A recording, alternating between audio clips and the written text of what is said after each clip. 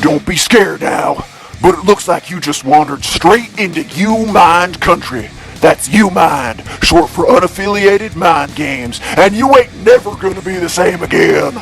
Brace yourself. It's time for a red-hot truth injection. Oh yeah! That's right, bitch. We're rounding up the sheeple and shaking them awake. UMind? Too damn bad. We're gonna set fire to the wool over your eyes. Feel the burn, baby. Hot damn. We're toppling the lies of the lamestream media, one by one. Woo-wee! Watch them bad boys fall. Hey, Universe A, this is Universe B calling, and we're gonna tear you a new one. UMind? Okay, hey everybody. It's me, Napoleon Doom, and I'm here once again with everybody's favorite special guest, apparently. Hi, Scratch. Good evening. So, I guess we're going to ask you some questions. Some of the listeners have submitted their questions to you, so that's flattering, right? Ask your questions. Okay, well, I guess that's what we're here to do, right? Yay!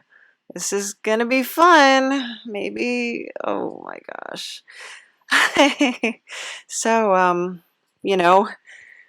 I guess the first question on everybody's mind is, did it hurt? Did what hurt, child? When you fell from heaven. Of course it didn't hurt. Matter of fact, it was rather relieving, and now I had a little more freedom to do as I saw fit. Oh, well, yeah. I've always found it really kind of exhilarating to be fired. Please don't fire me, though. I mean, in the mortal world, just because I always hate my coworkers, and I always hate my boss. I don't hate you. You're great. You're the best. But, it's just like, screw you guys. I'm going home. Yeah. If I fire you, you will certainly know about it. Great. At least for an instant. Okay. So it's not going to be one of those things where you just cut my hours and you leave me wondering. There'll just be a puff. Oh, neat. Well, at least the obituary will be interesting. You can't kill me. Why not? I'm Mr. Scratch. You've tried. Come on. We both know that I'm immortal. And if you don't know about that, then you go ahead and you listen to the Creeping Wave Radio podcast. It's an audio drama where you can definitely hear a little bit more about my personal story. Yeah, it's neat. Oh, look, here's one from your daughter, Galley. Good. Yeah. What does she have to ask me that she cannot ask me face to face? I don't know. You know what? That's between you and her. So yeah, Galley asks, what is the best sacrifice you have ever received? Oh, that's a good one. I like that. Sons and daughters are always the best. Okay, that's okay. You know what? We're gonna go to the next question. Nick the Rat. You remember Nick the Rat, don't you? Certainly. I keep a very keen eye on him. Oh. All his shenanigans. Yes. Very keen eye on Nick the Rat. Well, that's always nice. Now, he is asking us via Twitter. He would like to know, what is the most powerful bone? Are all bones equally bony, or do some bones contain more power than others? And I should let you know that Danny Warbucks on Twitter proclaims it to be the ham bone. How do you feel about that? I am not an anatomist. Oh, no? I mean, I deal with souls. Right. This corporeal housing that we have is not my concern. Oh, well, that's a little evasive. I mean, you don't even want to, hazard a guess? What would I know about bones? Yeah, that could go a lot of ways. We're just going to go to the next question, I guess. Oh, yeah. So, yeah, we have one from Jack Billings. He does a podcast about his neighborhood and his friends and going on and stuff like that. He says, oh, Bud, I have some dark questions. He called you Bud. That's nice. He says, oh, Bud, I have some dark questions to ask about my neighbor friends and neighborhood goings on. So, okay. Wow. So he is, of course, from Reading, Ohio. So, Reading, Ohio, or is it Reading, Ohio? I'm not sure. It's a nice place. I mean, Ohio. Some would call it Michigan's bitch. Why is that? No, no, That is not my concern. Relationships between states. no. So I guess not. Boundaries are of no importance to me. There are people who like to make deals with me in every state. Oh, well, that's good. I guess that's not so much a question as a statement, Jack. So I guess it's a little hard for. But as far as the activities occurring in his neighborhood, Uh-huh. you must remember I just influence. I do not take a hand. I do not actively do anything or make anyone do anything that they wouldn't do themselves of their own free will. Oh, yeah. That whole free will thing with humans is kind of a nasty bit, isn't it? So, It is what you desire. yeah. I only give you that choice. Right. So you kind of say like you could choose from option A or you could choose from option B, and it's really on you if you go with the wrong one, the sinful one. But what is sin?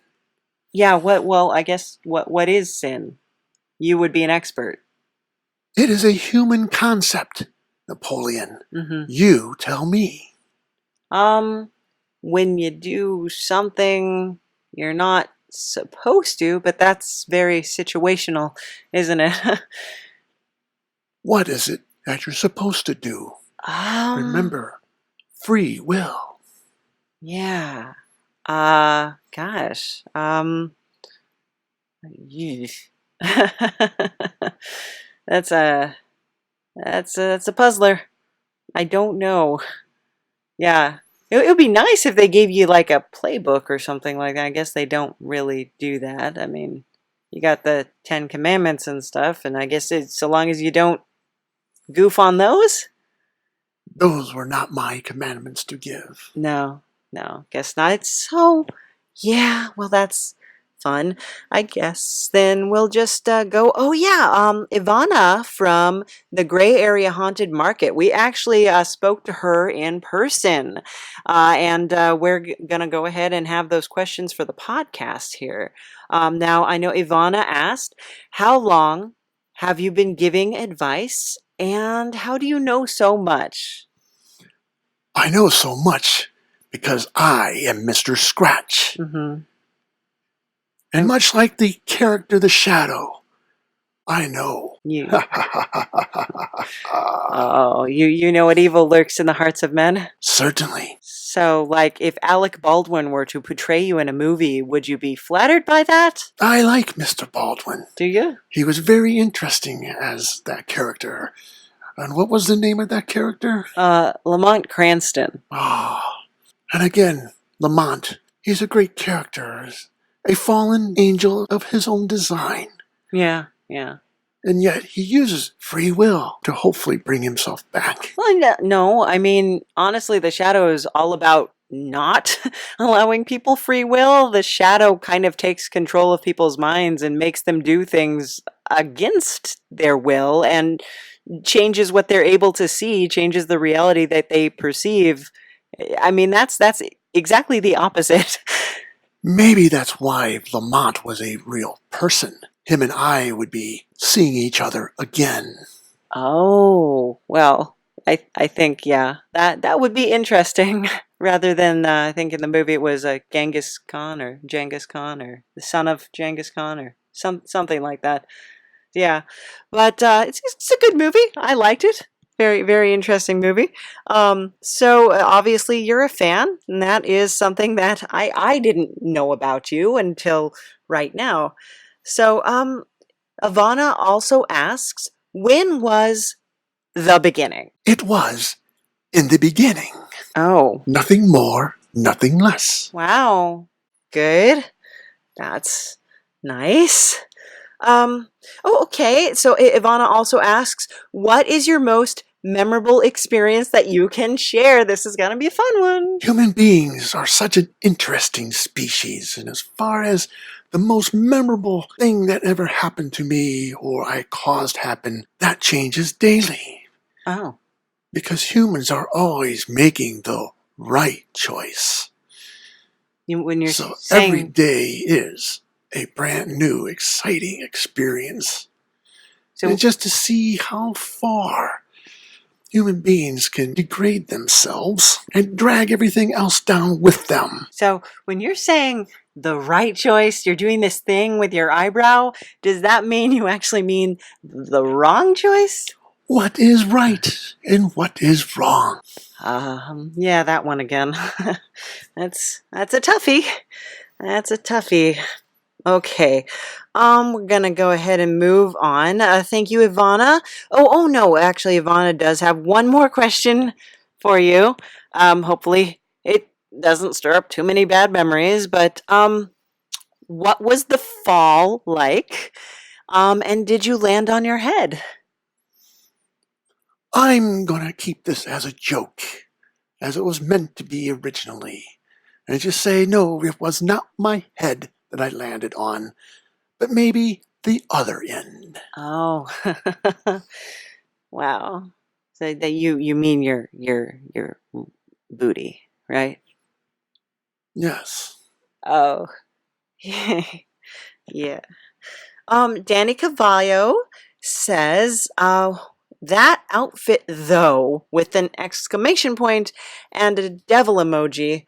I mean, it looks like he either meant that as a compliment or it's a typo, and that's supposed to be a question mark. So that outfit though? I am Mr. Scratch. Uh-huh. In any way I appear to humans, it is going to be the most stylish. Yeah. The most beautiful. Yeah. And yes, sometimes the most sinister. Oh. Yeah, well, you got the sinister part down. I can say that. Josie. Oh, hey, Josie. I haven't talked to you in a while. She asks, did you know that Napoleon and your daughter Margot are super duper besties? Yep. Yes, that's true. With friendship bracelets and the whole deal. Yes. Did you know? Besties. Do you remember? I am Mr. Scratch. Yes. I know everything. I'm gonna hope you Now, don't. need I remind you Mm-hmm. of the discussion we had just a few minutes ago about being fired? Yes, and I took it that you mean the fire thing literally. So. Some can say that. Okay. Neat.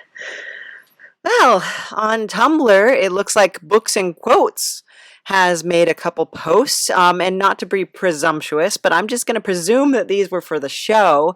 Books and Quotes is clearly a clairvoyant communicating with the other side. Oh, that's something fun. You guys have that in common. And their first question comes from Mike Ditka. Oh, that's nice. So it says, before you can win, you have to believe you're worthy, Mike Ditka. And Books and Quotes, you forgot to put a question mark on that, but I read it like there was one there anyway. So, before you win, you have to believe you're worthy? I'm always worthy. Sure. But what about me? I mean, someone like me, you know? You're still here, are you not? There's that. I guess that constitutes a win. Well, And if this is a quote from the Mike Ditka that I'm thinking of, go Bears. Oh, you're a sports fan. Sports are just conflict. Yeah. In more controlled atmosphere. You have a team that you like? I personally am a Spartan. Oh, you like college football? Most certainly. Wow. Well, that's interesting. What is it about college football that ensnares somebody like you? Just enjoy the game. Yeah. Okay, well, go Spartans. Yay. So you have support on the other side, guys. So good for you. Yay, Michigan. So, well, no? Do not say that word Michigan? without the state. Yay, Michigan State. Exactly. Oh, right. There's 2 colleges in Michigan, huh? Certainly. Yeah. Oh, the other one you're not a fan of. They are a good school, Mm-hmm. but in football, they are the rival. Oh, yeah. So you're not into the maize and blue then. Well, that's okay. So, all right, guys. Well, you know where Scratch stands on football. So that's nice. That's something that we I didn't expect to uncover today. So that's very exciting. Another from Books and Quotes again. Oh, wow. And they're offering us this gem. Uh, Sometimes God doesn't change your situation because he's trying to change your heart. Again, you forgot the question mark, but I got you, boo. So Scratch, sometimes God doesn't change your situation because he's trying to change your heart? I am Mr. Scratch. Uh-huh. I am not God. No, trust me. I know. But you and God, you used to be like hip with each other, right? I was his favorite, most beautiful. Yeah. So not so much anymore, huh? I am still the most beautiful. Well, I think so, but you also signed my checks. So, yeah. So you guys did used to be really close, though. I mean, if I recall one biblical, okay, I'm looking at your face and you are not willing to talk about that, and I do not want to be set on fire. So, okay. Quite perceptive. Starting to learn, yeah. Oh boy. Okay, wow, fun. This is quite the interview. Oh boy. So on Tumblr, so you also do have a couple of young ladies on Instagram who seem very insistent that you look at their nudes, but that doesn't work so well on a podcast. So, yeah. No, it doesn't. No. Well, great. So, you have. I know you don't play favorites, but I do kind of want to know who are your favorite additions to Hell and why? Every addition to Hell is my favorite. Why is that? We don't play favorites in Hell. No. Everyone suffers equally. Oh, well, that's nice. I mean, so equality is alive and well in Hell. Oh, angel food cake or devil's food cake? Devil's food, of course. And how did they get their names, actually? Why would I care about that? I mean, I don't know. If, like, they had a cake called the Napoleon. Oh, they do! Yeah, there's a pastry called the Napoleon. It's pretty good, actually. It's flaky and fluffy and, yeah, it's good. You ever had one? Certainly. You like it? Most assuredly. I wasn't named after the pastry, as far as I know. But there is also another pastry called a cream puff. Right. That's probably good that they didn't name me that. Why must there be evil in the world? What is evil? I don't know. Okay, so like, One person's evil deed might be something considered good from another point of view. oh, so like if a man steals bread to feed his family, is that evil or is that good? Right? It depends on who is the observer. Yes. All right. Well, that's rational. I'll go with that.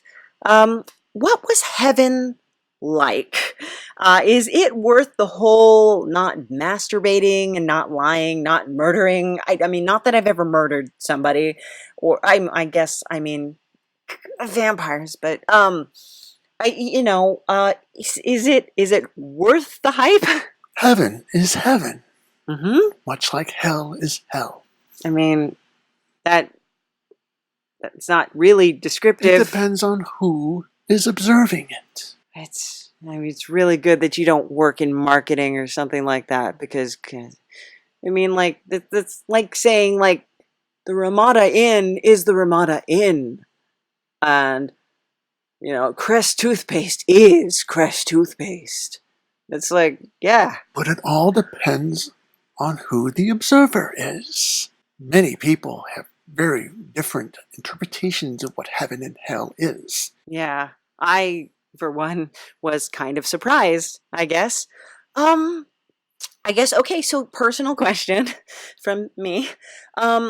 Why is it so hard to keep a pair of socks paired? I mean, like, after they get separated, if you wear unmatching socks, like, even once, even by accident, then those socks are never going to get matched again. And is there a deeper spiritual meaning to that, or nah? Napoleon, Yeah. you live with me. Yes. If you want to keep your socks paired, do the laundry once in a while. Oh. I mean, I guess that would solve things. Yeah.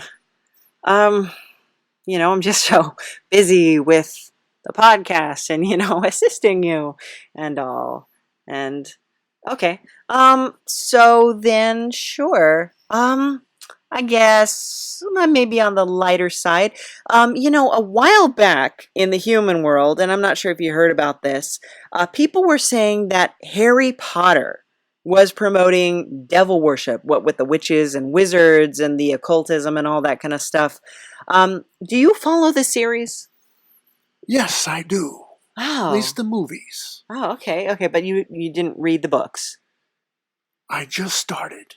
Oh, okay, interesting. Harry Potter is a wonderful story, very entertaining.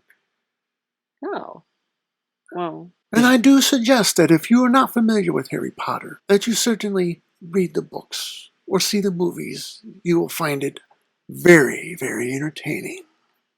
Oh, so did you encourage J.K. Rowling's to do that? Or she has her own free will. Oh. And her own intellect. Oh, okay. Who's your favorite character? You know mine. I don't really have a favorite character. They all shine in their own particular way. Oh. And they're all dark in their own particular way, too. And, while we're on the subject, I mean, maybe it's not a question so much as just like a way of life, but turn to page 394. I mean, that's such a great line. It can be. Yeah. I mean, should I just keep to like inserting it into every conversation and annoying everybody I know? You are the best at doing that. I really am. It's a great talent. Yeah. So, do you have a favorite film representation, speaking of films, of the devil? I like Al Pacino. Yeah? He did a very good job. Yeah, so Devil's Advocate. You like that one. But on the lighter side, because me being Mr. Scratch have many different facades. Yeah, you are a multifaceted being. That's true. And the Oingo Boingo version was very entertaining too. Oh, you're talking about in Forbidden Zone, Danny Elfman's interpretation of the devil. Yes. Very nice. So, yeah, that was a good movie. I highly recommend that if you haven't seen it yet. I might not go that far. No? But it was certainly very entertaining. Yeah. So, I really like that one a lot. It was pretty great. So yeah, guys, definitely. I gotta say that I think Jack Nicholson was actually fairly accurate in The Witches of Eastwick. And now that I've met you, I mean, we do eat a lot of cherries down here, I've gotta say. And there is a gateway to hell in the Traverse City Airport. Traverse City, of course, being the cherry capital of the world, possibly the universe. I don't know. I know a lot of people thought there was one in Denver, but no, it is actually, is there one in Denver? There are gateways everywhere. Yeah. There's probably not a location that can be named that there's not a gateway to hell somewhere close. Well, that's comforting. So, Traverse City, again with the Michigan. What is the deal with the devil in Michigan? I don't believe there is an issue with the devil in Michigan that's not an issue everywhere else in the world. So you're not particularly fond of Michigan. Michigan is a fine place to be. Well, I mean, there's a city in Michigan called Hal, Michigan. What an excellent name, I might add. Did you do that? Was that you? Certainly not. And it is hard to envision it being an actual hell in the wintertime. Oh, right, because I guess it would freeze over, wouldn't it? It gets pretty cold in Michigan. Yes, and we do not want to go to an old saying about hell freezing over. No, that would be cliche. We don't like that kind of stuff. But the airport in Denver, it has a statue of Anubis in one of the terminals, and this giant horse statue with glowing red eyes that supposedly killed the sculptor. I mean, do you think that the guy who made that airport was trying to get your attention, or he's maybe a fan? I do not know. No? No. Oh. So, wow. Okay. I mean, I've never been to the Denver airport, but that sounds pretty cool. I guess you and Anubis, though, like you're kind of mutually exclusive things. You're not Anubis. We need to clarify for people, though. He is an old Egyptian god. Yeah, and not the same. He's the Death Keeper here, the kind of gatekeeper of death, and you kind of serve a different role. Certainly. Yeah. So, so I do need to ask you, have you ever danced with anyone in the pale moonlight? Because there's this guy who keeps saying that you did. Only Jack Nicholson. Just him? He's one that likes to dance in the pale moonlight. So do you like call him up and you're just like, hey Jack, you want to go dancing? And that was a character in a movie. So it's Joker. So that didn't happen. You're giving me the look that says, why are you so stupid? And people give me that look quite a lot. So, okay. Well, speaking of Batman and the Joker, did you know that Michael Keaton wants to return for a live-action Batman Beyond? My friend the Robert told me on Twitter. What do you think about that? I enjoy Batman very much. Who's the Joker? Yeah? Mr. Freeze. He's more of a romantic. Is probably my favorite. You like the Arnold Schwarzenegger Mr. Freeze, or more like the animated series? The character of Mr. Freeze. It doesn't matter who portrays him. Oh. So yeah, you kind of like that whole romantic, like frozen wife thing going on. I am at heart a romantic. Oh, so the devil is all about romance, guys. As you've said before, I did not fall alone. You did not fall alone. That's right. There were other angels who fell with you. So, yeah, well, that's true. And I guess there's probably something going on there that I probably don't want to know about. So, are you a Michael Keaton fan, though? Like, do you think that he's too old to be Batman? I mean, Batman Beyond, he's an old Batman. I mean, do you like Michael Keaton? Yes, very much. Yeah? I mean, I especially enjoyed him in Mr. Mom. That was good, yeah. And you being kind of a single dad to a lot of little hellspawn, you probably, could relate to his situation. Yes, I can relate. Have you ever fed a baby chili? We live in hell. Not a lot of chili in hell, is what you're saying? It's already hot. True. So it's not chilly weather down here so much. But we do eat a lot of cherries. I can vouch for that. I mean, I really like Michael Keaton. I think he's great, and especially in Beetlejuice. I mean, honestly, if I had been in Lydia's place in Beetlejuice, then that wedding scene would have gone down a whole lot differently. You know what I'm saying? You know what I'm saying? Yeah, you know what I'm saying. Anyway, that movie. I know it's just a movie, right? But don't shut me down just yet. Okay, so what would the situation be with somebody like Beetlejuice, where you would have to say their name 3 times to release them from the Netherworld, but once they're released, they have kind of like omnipotent power. I mean, what is the circumstance for death where something like that occurs? Do you know? You don't know. You're giving me the super confused face because because in that movie though, Juno, the caseworker says they used to be partners. So, but Juno works for basically like the ghost DMV, and I am totally losing you, aren't I? That movie is fictitious. So you're saying Tim Burton is not a prophet? He's an excellent artist. But not a prophet? Probably not. But there is a possibility. No. Okay. So you're not going to go there. Okay. Now, Old Scratch, is there anything that you would like to add that our listeners should know? Just something you'd like to open up about? Just something you'd like to share with the folks at home? All I can share is that our recent adventures, you and I, are at the best of my memory. Oh, well. You seem to keep it very active in life. Very interesting. Well, thank you. That's very kind of you to say. I think I'm not good at reading vocal inflections or facial expressions with, paranormal entities that much, or people for that matter. But okay, well, Scratch, thank you so much for this interview. It has really been thought-provoking, and I hope everybody at home enjoyed it too. It's when it was worth the, being super uncomfortableness. It has been a pleasure.